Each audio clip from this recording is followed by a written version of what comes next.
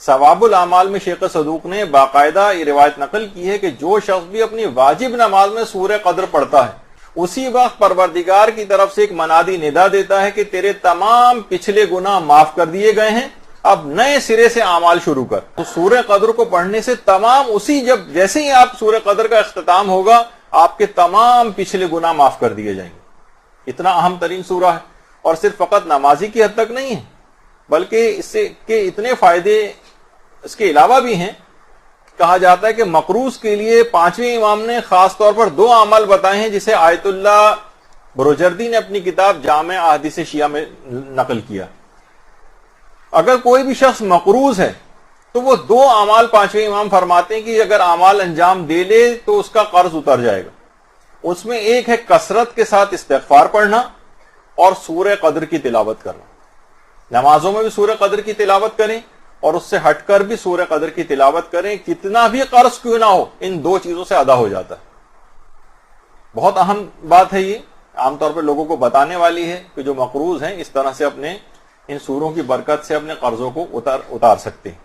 باقاعدہ مستدرک الوسائل میں ہمارے چھٹے امام کی ایک اور روایت بھی ہے، ہر شخص ہر وقت کر سکتا ہے۔ کبھی بھی جب بھی آپ پانی پینے لگیں، چھٹے امام فرماتے ہیں کہ سورہ قدر کو اگر پانی پر دم کر کے پی لے تو اس کی آنکھوں کی بینائی بہت زیادہ تیز ہو جائے گی۔ سورہ قدر کو تلاوت کرے اور پانی پہ دم کر دے اور اس کے بعد اس پانی کو پی لے، اس کی بینائی تیز ہو جائے گی۔ اور علماء سورہ قدر کو وسعت رزق کے سلسلے میں انتہائی مجرب بتاتے ہیں کہ اگر کوئی شخص سورہ قدر کو تلاوت کرے، روزانہ نماز فجر کے بعد 10 مرتبہ سورہ قدر کی اگر تلاوت کرے اور اس سے تخلف نہ کرے، یعنی اس کو چھوڑے نہیں، ایسا نہیں کبھی کر لی کبھی نہیں کی، نہیں، اسے کنٹینیوس جاری رکھے، بالکل پابندی کر لے اس کی، تو فرماتے رزق کے سلسلے میں پھر وہ خدا کی قدرت کا مشاہدہ کرے گا۔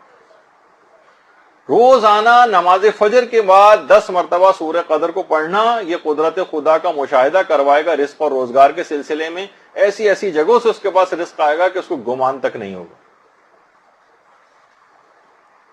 اور روزانہ اس کی تلاوت رمضان کے روزوں کا ثواب دلواتی ہے اور شب قدر کے احیا یعنی اس کو جاگ کر عبادت میں گزارنے کا ثواب دلواتی۔ سوچیے کہ ایک سورہ قدر آپ پڑھ رہی ہیں ہر نماز میں اور اتنا زیادہ ثواب اس کا، رمضان کے روزوں کا ثواب بھی ساتھ میں مل رہا ہے، پوری رات شب قدر میں جاگ کے عبادت کرنے کا ثواب بھی مل رہا ہے، خود اس کے ثواب کے کوئی حد اور انتہا نہیں شب قدر میں جاگنے کا، وہ آپ کو صرف سورہ قدر کو نماز میں پڑھ کر ہی اتنا ثواب مل جائے گا۔ یہی وجہ ہے کہ آیت اللہ سید عبد الکریم کشمیری جو عملیات کے سلسلے میں انتہائی مشہور، وہ فرماتے تھے کہ بہت سے اذکار ایسے ہیں اور قرآنی سورے ایسے ہیں جو کسی خاص عدد میں معین نہیں ہے،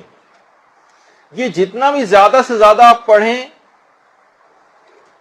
آپ پڑھ سکتی ہیں، ان کو کسی عدد میں منحصر نہیں کیا گیا اور ان کو اذکار بے عدد کہا جاتا ہے، بس یہ زیادہ سے زیادہ پڑھیں۔ بہت ساری چیزیں انہوں نے بتائی ہیں اذکار بے عدد میں، مثلا یا اللہ یا اللہ یا اللہ، جتنا بھی چاہیں آپ اس کو پڑھ سکتی ہیں، فائدے اور ثواب بڑھتے ہی چلے جائیں گے، کسی عدد میں منحصر اور معین نہیں، یہ اذکار بے عدد، یا رب یا رب یا رب یا رب یا رب، جتنا بھی سانس جب تک نہ ٹوٹیا پڑھتی جائیں، سانس لے کر پھر دوبارہ پڑھنا شروع کر دیں۔ لا الہ الا اللہ، یہ بھی اذکار بے عدد میں سے، جتنا چاہیں اس کو ہر وقت ہی پڑھتے رہنا چاہیے۔ یا اللہ یا اللہ یا اللہ یا اللہ، جتنا، یہ اذکار بے عدد میں سے۔ اور فرماتے ہیں 2 سورے بھی اذکار بے عدد میں سے، سورہ توحید اور سورہ قدر، یہ بھی زیادہ سے زیادہ پڑھنے چاہیے،